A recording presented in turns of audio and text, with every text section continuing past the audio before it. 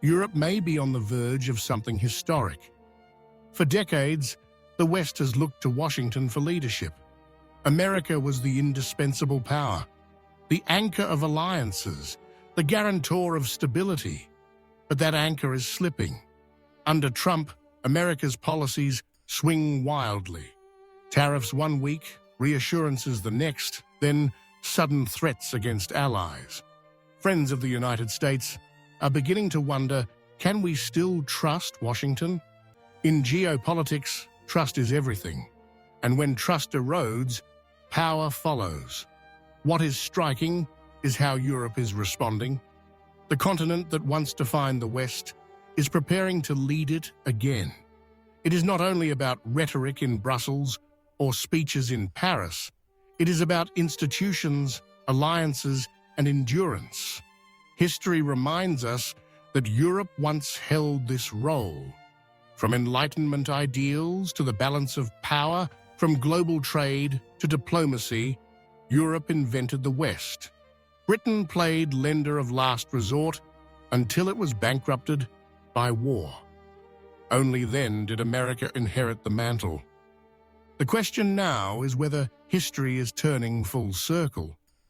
The real strength of Europe lies in institutions.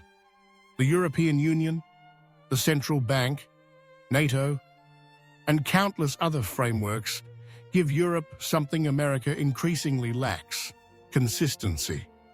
Trade agreements may take years, even decades, but once signed, they endure. Allies know what to expect. In a volatile world, endurance is power.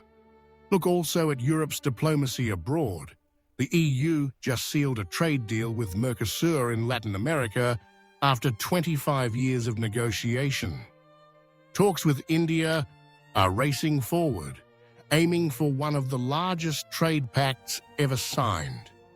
In the Indo-Pacific, Europe is deepening ties on digital trade and maritime security. These are not the moves of a continent resigned to decline. They are the moves of a power preparing to lead. And then there is war. Putin's invasion of Ukraine has forced Europe to face its vulnerabilities. Defense spending is climbing. Industrial strategy is shifting.